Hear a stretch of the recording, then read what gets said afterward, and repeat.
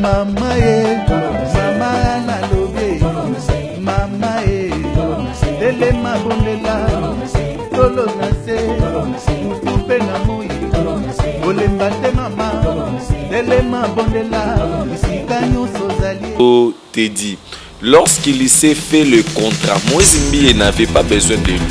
Ozolanda, je ne défends pas Moïse Mbi, pour Moïse Mbi azana marambo mususu nanga. Et alors, na prophète o azo pe sabatu ba faux prophétie awa wa ya lokuta. Kobandana oh pasteur Mukuna, oh Michel Ibakenda, oh Moïse Mbi, oh Deborah nani mobile ya Deborah Lukao, oh nani kingai basali na nzambe nyonso boyebi wana. Baza batu o bakoko telema liboso ya cherté. Donc ceux qui basali na nzambe o bazomi benga lokola ba père spirituel bazali incapable to pe bazo banga ki danger na bango po bayebisa bango ke non côté ete to pe ba suspendre bango bazo banga ba ete biso rena biri to lingi nga pe rena biri na lingi te mutu atelema a salir image ya kombo ya Jésus Christ o biso tozo salele rena biri nga sononcer la nzambe za pona piaka te za pona pasité. Donc le Roland on biso héritier wa Tanabe oti koloba auti ba voyage na ya tamboli mondu mobimba zongi Kishasa abenginga abiri boni oza bien naza bien okoti retraite te na bisi papa nano na koti retraite te ya kananda na kenanda azui moi quelque chose apesi ngai et tu as accepté ça bebo vivre na yango bongo lelo nde balwa wana o bato pe ba contrat wana boyokanaki oyo ndimaki ekomi ngai ekomi mabe ya ke o venir ko dénoncer baso pesa $20. Tu as même de la chance auprès de Moïse Mbi ozozwa $20. Pendant un côté Moïse Mbi besoin de $20. Tena lobi boya, s'il vous plaît. Yekutu ndeko tedi ana chance. Posoge zalaki pembeni ta mususu ya mutu mususu mais ata $10 alingaki azwa te po déjà ndengo zawa na soko yebani talaka visibilité monde de la minute oyo toyebi ke tu existes. Et ça facile. C'est-à-dire que bandeko yo baza batu oyo toko kozala na relation na bango te.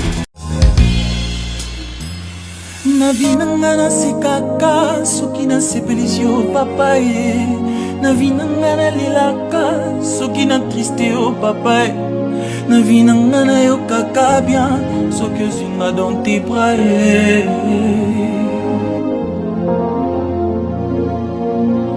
ministère yo sans présence no tina nango eza te liba. Merci Nabino Bandeko Balandi chaîne Tolonase to sengi bino vous abonnez vous massivement et puis vous partagez émission Oyo. Merci na maman Anne Kalambaye, merci na maman Anne Kalambaye na papa Carlos Kalambaye. Na petit bino merci mingi. Bandeko Balandi chaîne Tolonase tozana bino toujours elongo tozana bino bomoko kande baloba bomoko. Namoni maman nanga mino overdose azotinda de bana ba s'abonner bana ba kota masolango yango yesengeli mama Prudence Kachala en Allemagne na bosanité toujours maman merci maman bandeko tozana bino toujours elongo tozo beta masolango ndenge sengeli talaka pene ya nkolo tozali kaka toujours ko beta masolango na yambi moko oyo azali frère René Abiri tozane to beta masolo oyo esengeli oyo etali vraiment yango pona ngana yebiye Maman Mino Verdo Satolanda a ébiété. Maman Prudence Kachala a ébiété. Yango frère a se présenté. Nakati ya Bonzambe pe a Kominani. Yango la na micro. Frère a se présenté. Bonjour papa. Oui, bonjour mon frère. Et puis bonjour aussi na Batunyon surtout au Bazota Labiso monde entier. Et là, je profite de l'occasion de saluer le peuple de Dieu, le peuple béni, le victorieux de l'Éternel. C'est pour vous que Christ a été crucifié na croix. C'est pour vous. Voilà pourquoi maman moko topé papa moko zota la biso ici kozali tombola kaloboko no likolo zala moto na esengo. Peu importe les difficultés, peu importe le problème où ezali ko s'opposer contre ta vie, mais moi je viens te dire qu'il y a quelqu'un qui a été crucifié pour toi. Comprends un peu combien de fois tu as de la valeur à l'égard de ce Dieu-là. Jésus t'aime beaucoup et Jésus te protège beaucoup. Son amour est vraiment plein dans nos vies. Et alors là, je salue maman Céline Moujinga, nakati à Paris, maman Paola Schengen, nakati à Londres, Cornelia Dusi Givenchy, papa Nabiso Willy Moucheni, Code Yamboka, Bambo Théâtre, maman Anastaire Fraser, madame, vraiment Bambo Théâtre ici Kozali, ba maman Nangaï, ba papa Nanga Bozali tellement ébélé, je vous aime beaucoup par l'amour de notre Seigneur Jésus-Christ. Merci Bandeko Balandichen Tonase wana boyoki frère René Abiri. Frère René Abiri. Frère René Abiri. To kota be masolango toyeba. Batu mingi ba komaka. Batu mingi ba tunaka. Makambu ekoleka. Eko swa batu mitema.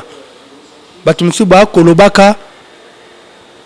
Vomie nakenanga banzela na ndenge kenda. Vomie nakenanga kimbuta. Vomie nalandela nga makambo batumi ba kolobaka makambo itali to ko banda liboso makambo itali oyo ba dossier oyo ezali ya frère Teddy na frère Mike Kalambai ba dossier oyo za to kota na kati oyo makambo itali sexualité et koti na kati ya bonzambe mais to banda liboso na frère Teddy via comportement na ye devant frère Moïse Mbiye ndengeni na zwa ye akose na masolo ango pia komi batumi ba okomaka batumi ba oyebaka te to kendaka wapi. Bon, vous savez, non, il y a car na Bible pour comprendre histoire il y a Géasi pembeni ya Élisée. Vous savez, lorsque Aman ayaki pour na azala guéri na maladie ou azalaki na yango, Aman a voulu faire le bien, a voulu donner le présent na serviteur de Dieu. Et alors l'homme de Dieu, Élisée, lui a dit non, Naza n'a besoin d'un côté. Et alors tant où Aman a accueilli, Géasi, serviteur, il y a Élisée, et ce qui est dans motema, aux Hollandais, à Salinini, à courir derrière Aman, accueilli Koko Sake, l'homme de Dieu a tindinga lobi ope sabo. Donc si ba pesier, ce n'est pas parce que lui aussi il sert Dieu, mais c'est parce que il est auprès d'un serviteur de Dieu Otobengi Élisée. Vous comprenez? Donc ce qui Aman azoki motema wana alobi kete muto aye pour Géasi sokaki na kombo na yemo balinga ba pesa été parce que il est venu auprès de Aman au nom de Élisée le serviteur ne Aman a salini ne azui a pesier webi sor ya Géasi et tuka kindengeni de côté dit à ça la très attention de peur que azala frapper na lèpre ya Naman aux Hollandais. Donc vous connaissez ce qui est arrivé à Géasi, c'est ce qui se passe dans Ndeko Nabiso Teddy. Lorsqu'il s'est fait le contrat, Moïse Mbiye n'avait pas besoin de lui. Aux Hollandais, je ne défends pas Moïse Mbiye. Pour Moïse Mbiye, azana marambo mususu nanga. Aux Hollandais, ana marambo mususu nanga, mais parce que c'est un oint de Dieu, c'est un serviteur de Dieu. Nakoko tikate trouble ezala parce que René Abiri, je suis apôtre de Jésus-Christ. Aux Hollandais, je suis apôtre de Jésus-Christ. Batu oyo tozali bakolo Yesu. Biso nde bakolo Yesu, bakolo Bible. Biso tozali bato tozali ba irréprochable. Batu oyo ya ke okotala na gauche na droite, ozane eloko ko reprocher te. Aux Hollandais. Et alors bandeko o baza ko sala musala nzambe na ba aventure tope koya pona koluka ko escroquer tope koluka ko s'enrichir na musala na nzambe nde bandeko o biso tozali côté lemela ndeko Teddy kasi frère na kati obe maloba te to kende be maloba wana kasi tokota na makambo ya Teddy ndengo lobi wana yo za kolo Yesu to bi obe bien oza muto hérité wata oza muto hérité wata tangu kati René Abiri torobeta be masolo wana ndenge o bongwana ka ndenge bongwana ka ndenge komaka poni lobi bakolo Yesu Teddy bali bendenge moko amoni moi eloko bo esimbite aza be na raison lokola pe ndenge yo pe ndenge po banda ko sala be mission na yo moni place beboye e ko simba te e ko luka pe o dénoncer po na ozwa moi oyo yo sengeli po ozwa. Eh mais non papa langa Rena Biringa sononse la nzambe eza po na pia kateza po na pasité donc le Roland de Ronabiso héritier wa Tanabe oti koloba auti ba voyage na ya tamboli mondi mobimba zongi Kishasa abenginga abiri boni oza bien naza bien okoti retraite te na bise papa nanu na koti retraite te ya kananda kuna ke nandako azui moi quelque chose apesi ngai et sunginga quand même et moi qui tchaka to sombi moi transport moi retraite nde nazo kende na moi linzanza miliki nzamba kopambola ozolanda ce n'est pas avec que tu ebana ko ebala na héritier to pe ko solola na héritier to pe na we rançon to pe na fali pour pas to pe na faire rigola eza lisumuté ce sont nos frères oyo bazali ko mériter liloba ya nzambe bazo mériter ils ont aussi besoin de ça ils ont aussi besoin de la prière ils ont besoin de ça ils ont besoin de ça donc c'est ça bref ndeko na biso te dit lorsque asala qui contrat na ena Moïse Mbiye c'est lui qui est allé chercher Moïse Mbiye. Ce n'est pas Moïse Mbiye qui est allé chercher Ndeko Tedi aux Hollandais. Donc c'est-à-dire que ezali le mesure de poids aux Hollandais. Donc yo mutozali na besoin ya mutu, il faut se soumettre na ba makambutu oyo ba kotsa comme loi comme ordre et tu as accepté ça pe bo vivre na yango bongo lelo nde ba loi wana o ba to pe ba contrat wana boyokana ki oyo ndimaki e komi ngai e komi mabe ya ke o venir ko dénoncer ba so pesa $20 tu as même de la chance auprès de Moïse Mbiye ozozwa $20. Pendant côté Moïse Mbiye bazwa $20 te na lobi boya s'il vous plaît yekutu ndeko Tedi ana chance posoge zalaki pembeni tang mususu ya mutu mususu mais ata $10 alingaki azwa te po déjà ndengo za wana soko yebani talaka visibilité monde de la minute oyo to yebi ke tu existes eza facile na lobi ndeko Tedi s'il vous plaît ndeko Tedi est-ce que lui il sait chanter que tous les artistes chrétiens il y a deux artistes musiciens chrétiens oh babususu na nukutu ba se prononcer même pas na média même pas na ba studio aux Hollandais mais lui il a eu cette chance là ye azali be mwana mobali alobi vérité pona to mona ngambo ndeko Trina azali na ngambo azali be mwana ya mwasi to salela nzambe s'il vous plaît to zala ba hypocrite ondima eloko polobi na yango oya ko bluka obebana na mutu po sala au sujet moko bena miso ye ayeba kite ye ayeba kite amone banda ko zo ba $20 wana banda ko yeba monde te abanda ko zo ba $20 te frère bapesa ki ye montant ne caché ya mbongo na ye mais ye atali chanson ye ko beta pona pande ko ba kulana na o tout partout monde te ba yebi ba okotaka ba mona Moïse Mbiye azwaki ba lias ya $.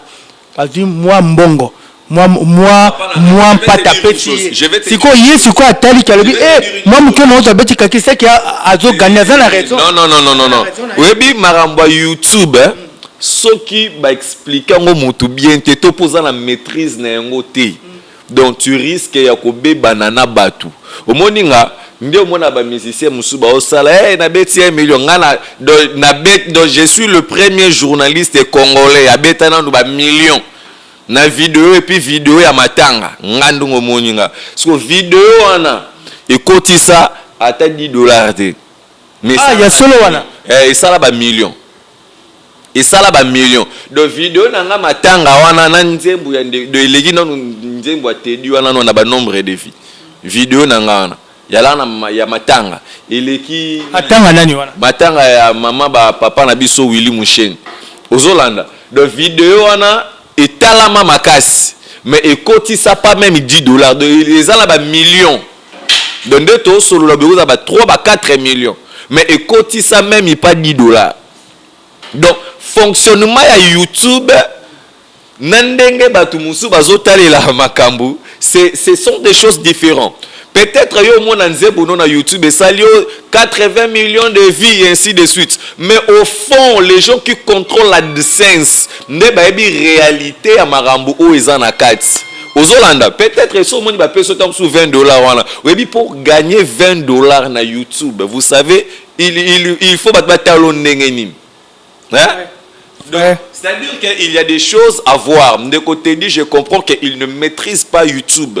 Ozolanda même na bateau bazanzinga nzinga na ko sala 6 millions de vies na nzembu na o incriminé Mozimbi comme si que ayi barambongo mais soki bazui nzembu wana ba pesio gérance dans yo moko tala peut-être tu trouveras que même il pas $10 et koti na nzembu wana pour YouTube ezandeni mutu msoko kota talibwe asepeli na ngote abimi na qui t'a dit que non nzembu wana batutu batale o bandeliti na suka non c'est que on a siko beto ko lo batedi azana ye na argument azana na raison te mais sinon pour nangai ndeko tedi eloko oyo asali ezali orgueil c'est ça ma belle génération oyo cette génération bazana maîtrise et surtout ba jeune serviteur ba jeune chanteur ainsi de suite bazali na maîtrise ya makambo ebelete ozolanda c'est l'orgueil en voulant tout gagner balingi ko se faire marquer na ba lieu public baye babango ainsi de suite c'est ça le nde bazo subir makambo ya Géasi donc 2 Rois chapitre 5 à partir ya verset 20 ozali ko kitana 27 donc batu batanga makambo yo bien Ozolanda donc ndeko na biso te dit maîtrise-toi ozali vraiment na jour rebelle na mukili mais c'est que moi je te demanderai si tu veux faire ton carrière ne fais pas ton carrière ou soit ne commence pas ton carrière en humiliant soit nakati ya ba bruit moko boue entre yo na Moïse Mbiye donc c'est-à-dire que ça n'a rien à voir et alors tu es sûr de toi peu importe les conditions à laquelle on se retrouve qui n'engo na contrat non na Mozimbié et ça problème te oro zala homme zala mobali au kati contrat automatiquement on se prononcer au sali chemin na yo Ozolanda c'est comme ça qu'on vit il y a que banda kozala na ba discussion non pourquoi toujours les comportements païens au milieu des chrétiens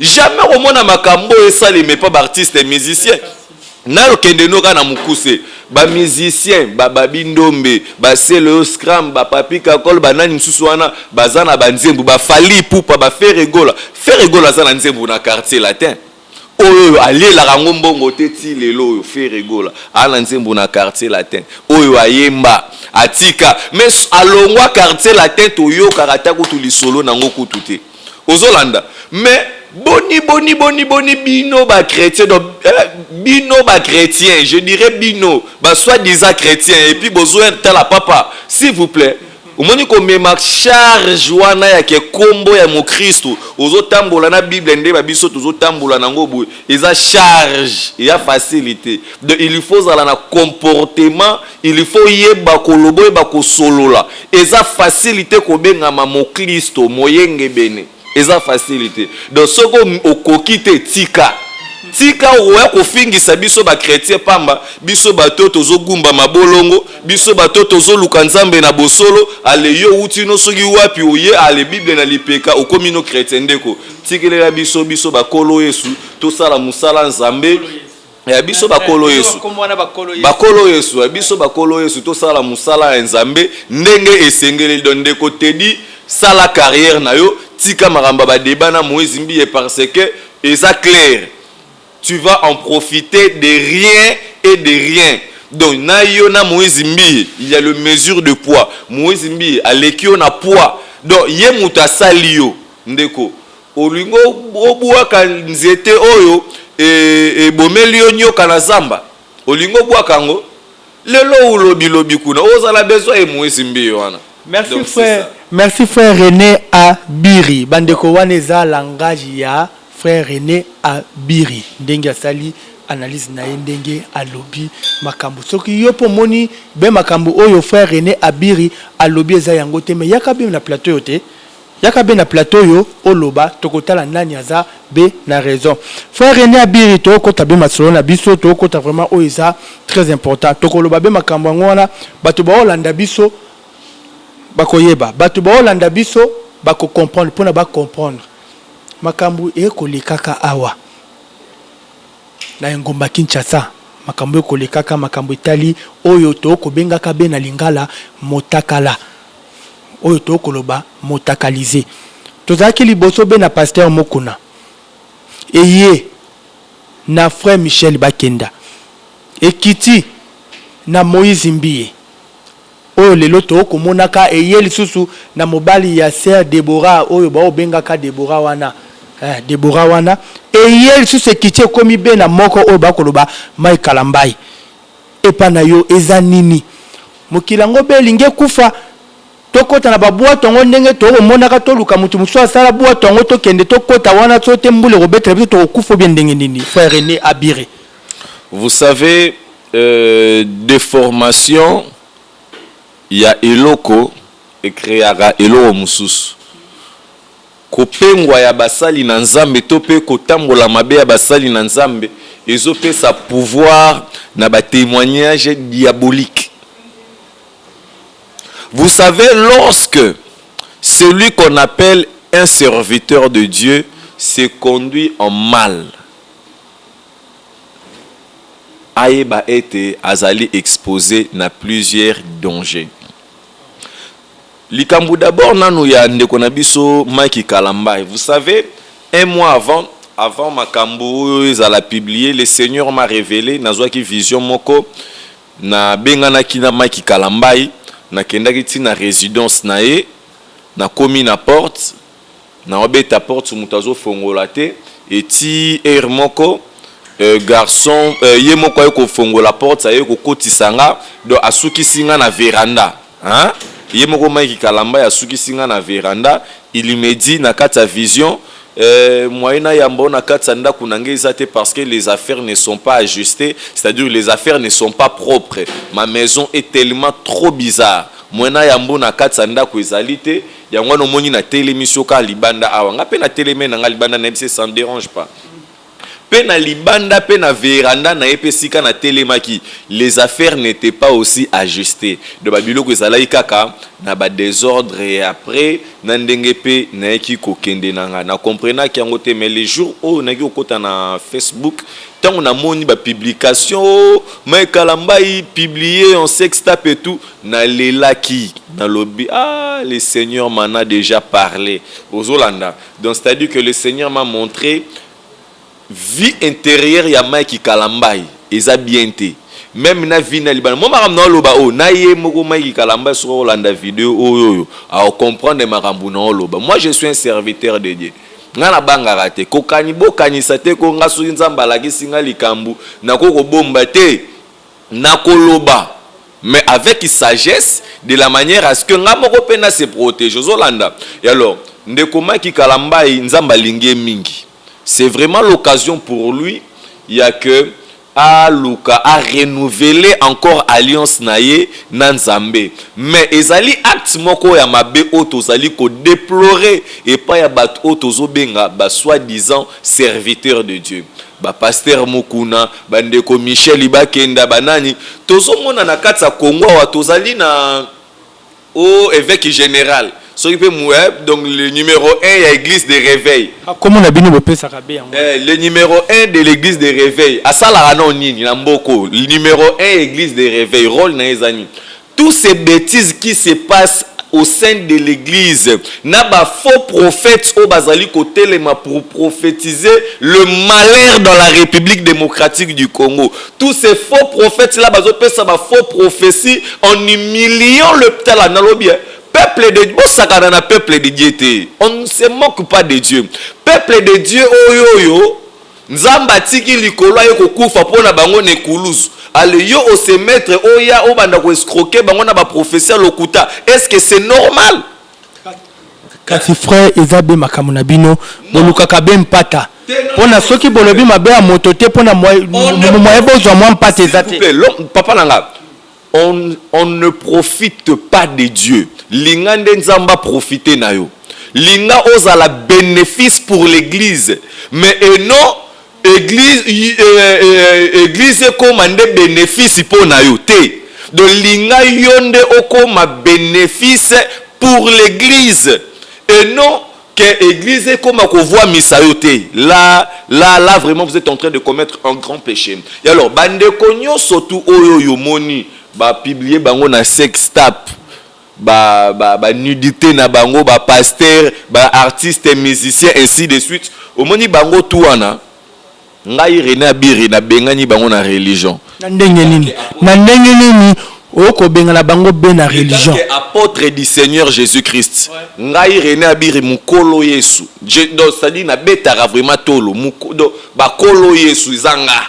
De po muto za la kenote il faut zalananga donc soko zananga te donc c'est koza don nayebi yote. Ozon pas donc c'est-à-dire biso ba kolo Yesu. Tozongeleli makambo na biso, tozongeleli musala nzambe, mutu nyonso zo sala musala nzambe. Tala ngana kobanga yote pasteur mukuna tout ko kanto mona na vidéo awabu. Après 2 semaines azongeli côté ya na cher. Obeto makofi. Tezela azonga te maramba sportif wala ya problème te. Nalobi azongeli côté ya na cher.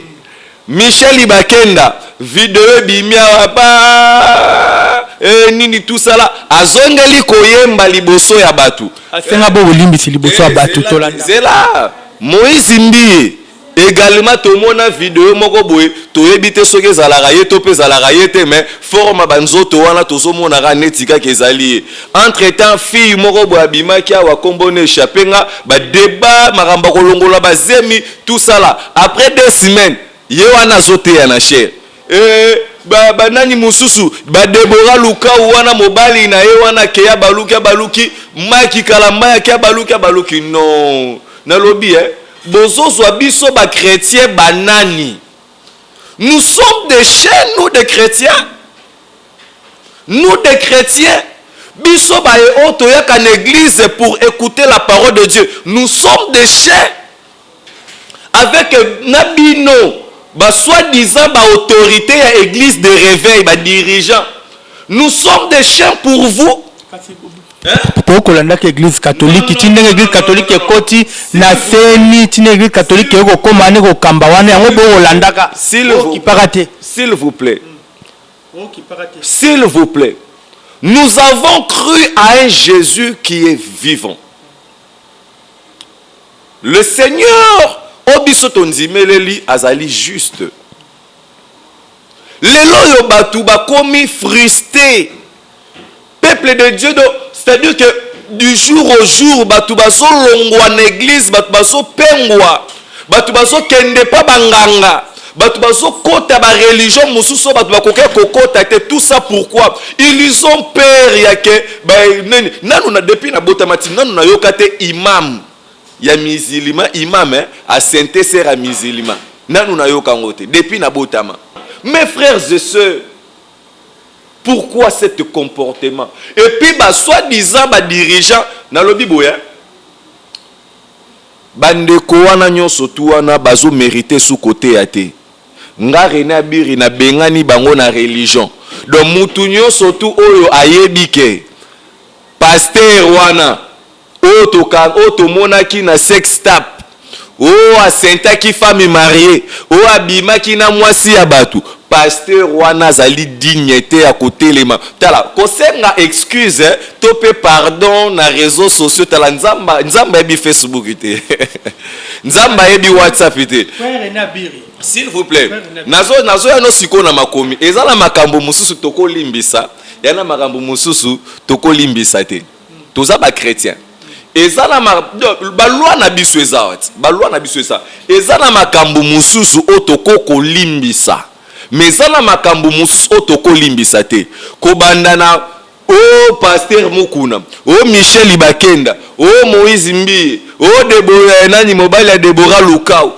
nani kingani basali na nzambe nyoso boyebi wana baza batu bakoko telema liboso ya cherté donc soki basali na nzambe bazomi benga lokola ba père spirituel bazali incapable to pe bazobanga ki danger na bango po bayebisa bango ke non côté ete to pe ba suspendre bango bazobanga ete biso René Abiri to lingi nga pe René Abiri na lingi te mutu atelema a salir image ya kombo ya Jésus-Christ biso tozo salelela.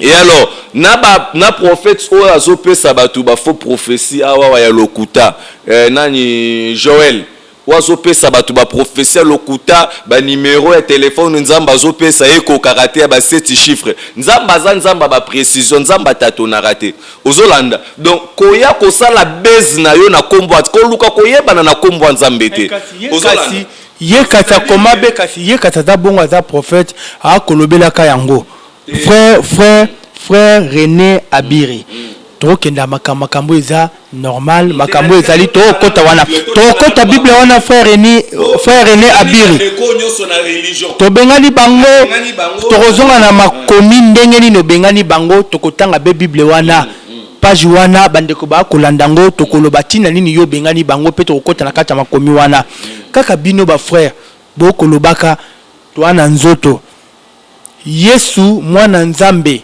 uye azali nzambe mebiso twana nzoto awa na se tokokweisa maka eza nini mais Jésus aza nzambe a vivre na biso ana mokili azalaki pe na nzoto oyo ozolanda c'est-à-dire que ndenge Jésus akweyisamaki na ekobo te na masumu te do ndenge pe biso pe tokokweyisama pe te ozolanda oui René bitwana nzoto bena makila Jésus pas alaki pe na nzoto na makila Jésus pas alaki pe na nzoto na makila azali nzambe mais biso pe tozali pe ba nzambe alobi ke bozali ba petit Dieu na makomi na ye biso pe tozali ba nzambe nyonso lisumu ebandaka mutu na niveau makanisi omoni soki na mutu na yo o raisonnera makambu mabe yebaka atokomi nani makanisi kaka ya mabe ndeko bando ozala to moni mwana mwasi boye mbul makanisi ezaka ke il faut luko matelela frère René Abiri na l'église wana boko monaka bana basi ba kolataka bien ba pembe ba kongalaka yo kokweya bete te René Abiri nga René Abiri frère lokola mafuta eko kitaka te non omoni yo vraiment matro te mais sinon ebi frère René Abiri nde nazawa na leka nonu na leka kuna ba tentation te na mitika nga moko nde na ba tentation ya kosakana te ozolanda donc eza ba vie oyo na leki yango na tambusa vie na nga mwa mabe surtout na ba marambu wana ozolanda mais nzamba yaki kosunga nga nde na yaki kotika vie ya masumu na abandona pe na tika nyonso na zongeleli musala ya nzambe tozotanga makomi na nzambe tobandi premièrement na 1 Corinthiens chapitre 5 verset 1 à 5 torokita pe na se tobandi non na wa liboso on attend dire généralement qu'il y a parmi vous de l'impudicité et une impudicité telle qu'elle ne se raconte pas même chez les païens. C'est au point que l'un de vous a la femme de son père. Oh Jésus. Yahweh, Yahweh, oh Salah. Yahweh sala lolenge na yo. Makambo yo. Ba pasteur ebe ba ote yango te. Makambo pote ya yango. Il faut zala ko sala rapé ma vivre na vie ote. Frère René. Bible lobi ninyawa. Oyo Paul mutakomi. J'attends généralement parler au milieu de vous. L'impudicité au point que même pas ya ba pagano ezoloba mabongo te. Yo déjà mona we ranson atiki Sylvie Mampata ke ko sala marambu mususu libanda. Hazala kango bien en cachette. Mais azo batela nini? Azo batela kombo nango nini? Azo protéger image na ye. Mais les chrétiens ne comprennent pas. Papa René Abiri. Frère papa Weranson, papa héritier, papa bandani wa Blikington, basa abe makamna bango en cachette. C'est que bango makamna bango c'est que baloba c'est que bana basi wana ba koloba kate. C'est que bino nde ba frère boko pesa ka basi ba moi kondima moko ya kitoko ya mafuta sima nango bosali mwa bongo yango na kate ba kopanza bete. Omoni ba ndeko na biso tu wana ba artiste musicien ainsi de suite baza ba païen, baza ba pagano. Mais kotikala koyoka ba sujet ya modèle oyo te ozolanda otikala koyoka ba sujet modèle oyo te Bible lobi ya nini c'est au point que l'un de vous a la femme de son père yoka et une impudicité telle qu'elle ne se raconte pas même chez oui ba serviteur de Dieu ebele oui combat vraiment makasi na vie ya basali na nzambe ezali impudicité. Ce qui Bible le bien, fouiller l'impudicité, résister au diable, mais fouiller l'impudicité. C'est-à-dire que tu as cette force, tu as cette énergie de le fuir, tu as cette capacité de le fuir. Mais le chrétien, le pasteur, les hommes de Dieu, et se donnent en ça, et se livrent dans l'impudicité. Au point où à laquelle, même à tes papa pagano et zabongote, tozo kitana makomi na Zambé. Et vous êtes enflés d'orgueil, et vous n'avez pas été plutôt dans la fiction, afin que celui qui a commis cet acte fût ôté du milieu de vous. Ozolanda, bozana ba orgueil leki. Et puis, moutololenge ya boye, il faut azala ôter au milieu de vous, il faut bolongola e katina bino. Ba Moïse Mbe wana ba pasteur mukuna ba nani ngakuna obenga bango su ba pasteur te ozolani kasi banani obenga bango be banani baza pe su baza ba ndeko na biso ba chrétien te kasi baza be banani c'est-à-dire que baza batu oyo na bengani bango nde na kata religion baza ba fazer baza ba fazer la religion ba luka religion ata budi ya ba Congo ba kende ata na kimbangistre ba kende ba koma ata ba ninyo na po baza batu oyo. Donc c'est-à-dire que bazoya kosala évangile to musala nzambe po ba s'enrichir et non pour la gloire de Dieu. Bazali ba kandakisa David. Soki ne sokoti na Bible bala donc bazwaka ndakisa ya David. David asala makambo atala kutu mwasa mosane akosukola bena kinkoso. Aya atala kama makambo na nzambe siko bomba lobi. Omoni na génération o soki ezali na mutu aza selon le cœur de Dieu. O nzambe vraiment tchebolingo na eme pa na marambutu ezanga rene abir. Vous comprenez? Donc ngande nzamba linginga mingi, ngande nzamba ebinga, ngande c'est-à-dire ngande nzambe vraiment linginga. Vous comprenez? C'est-à-dire bango te nzamba linginga ndemi.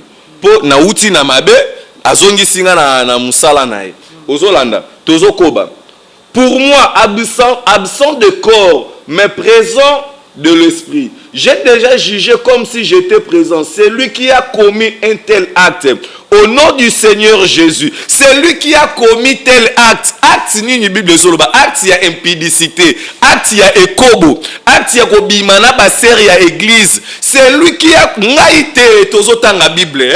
Siko bolibo lakisa biso nini. Bino boyebi Bible koleka biso tout. Binonde, ba français belé, ba anglais belé, parce que tu pars en Europe, tu retournes ici au Congo. Donc quand tu parles, on doit avoir peur de toi. On ne peut pas te dire la vérité quand tu trébuches dans le mal. Non. On ne sert pas Dieu comme ça. Donc c'est-à-dire que tu as commis l'impudicité, on te chasse. La Bible nous dit de vous livrer au diable. Vous comprenez? Nasi lisango bien. Oui, ndeko caméraman. Pardon, où est maloba nzambe? Au nom du Seigneur Jésus,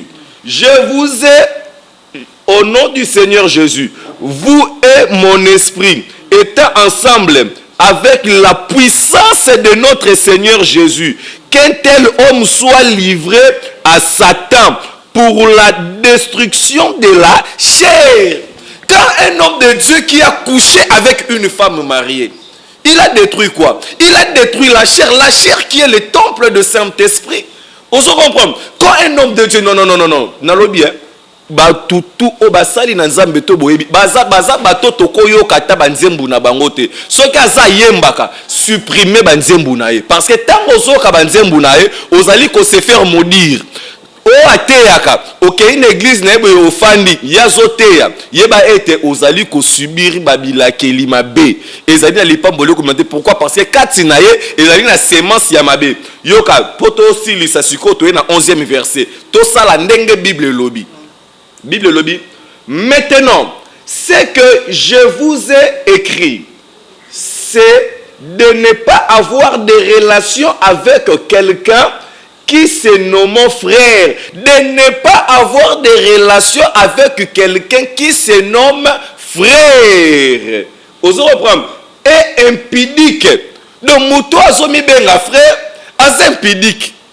Yoko benge frère et banindengeni. De ne pas avoir de relation avec lui. Yoka, mouto azali impudique. Ou cupide. Cupide, c'est-à-dire, bato bazali na cupidité ya mbongo. ozolanda bato bazali nzamba lobi pesa do bato bazali ba esprit mabe ya cupidité d'argent balingi mbongo mi okozala ta na relation Bible lobi de ne pas ozo reprendre c'est-à-dire que bandeko yo baza batu oyo toko kozala na relation na bango te baza bato fo bazala musika na biso ba chrétien ozolanda tala ba comportement bazo sala. La Bible nous dit de ne pas même manger avec un tel homme, de ne même pas manger. Donc c'est-à-dire que baza bato bakote ya biso lilobate bakote le maliboso ya cherté et sangate c'est la Bible. Ba mususu bakolobore na biri qui es-tu pour juger botozo tanga makomi. Qu'ai-je en effet à juger c'est du dehors? Est-ce que moto azali mo Kristo te?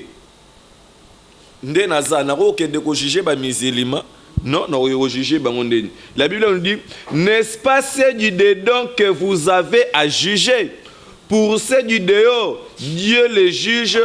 Ôtez les méchants du milieu de vous. Ôtez le méchant du milieu de vous. C'est ça la parole de Dieu. Ba na nzambe na lingite bozala na libungi topé na sima ya basali na nzambe oyo bazali bato bazali ko bima baswa disant ba serviteur de Dieu ozomona bango kofingana bango na kati ya internet ainsi de suite ko kende ko ba n'importe quoi. Cela n'est pas quelque chose de bien. Cela n'est pas quelque chose. Frère René Abiri, frère René Abiri, toko monaka, toko talaka, batalo lenge wana, Bible elobini ni pona bango. Batalo lenge wana toko monaka motakala na bango, o toko lobaka be na lingala motakala, toko monaka bango, Bible elobini ni be pona bango. Bible lobi na 1 Corinthiens chapitre 5 verset 11 à 13 de ne pas avoir des relations avec de telles personnes ou basa ko commettre ba acte ya impudicité.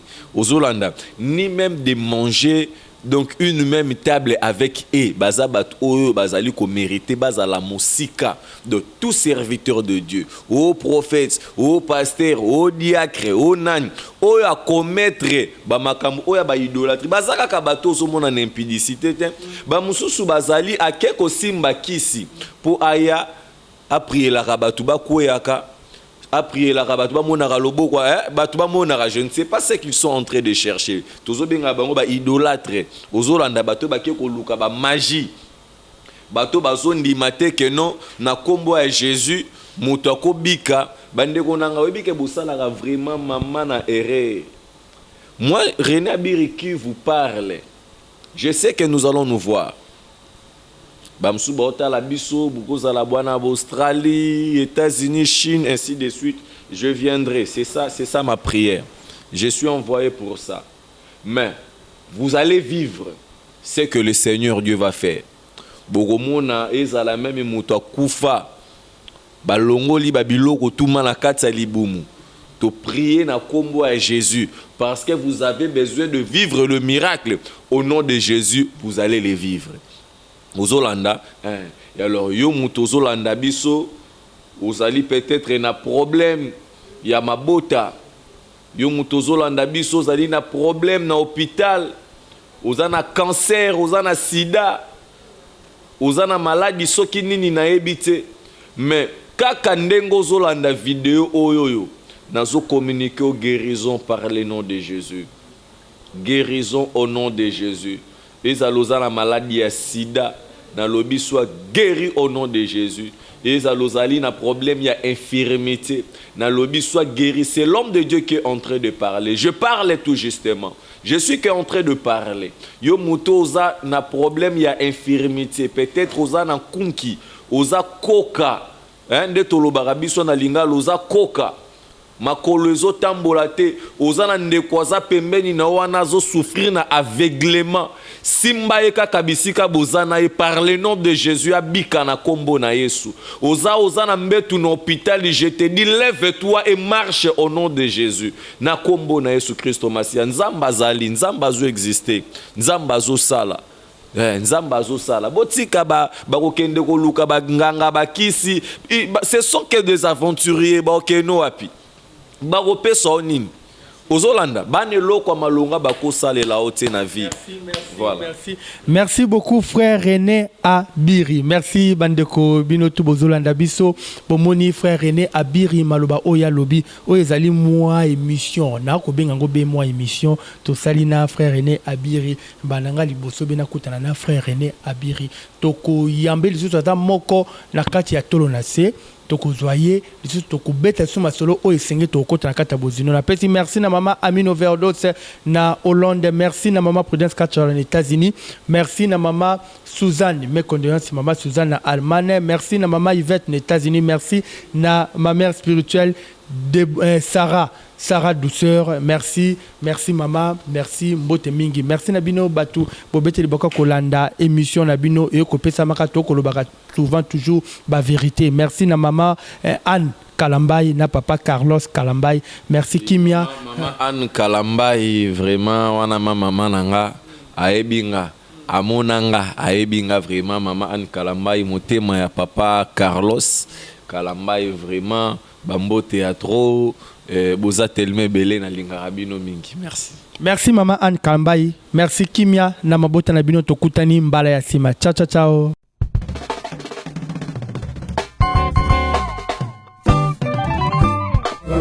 Oh mama mama na lobe mama dele mabondela tolo na se mutumpe na moyi olemba te mama dele mabondela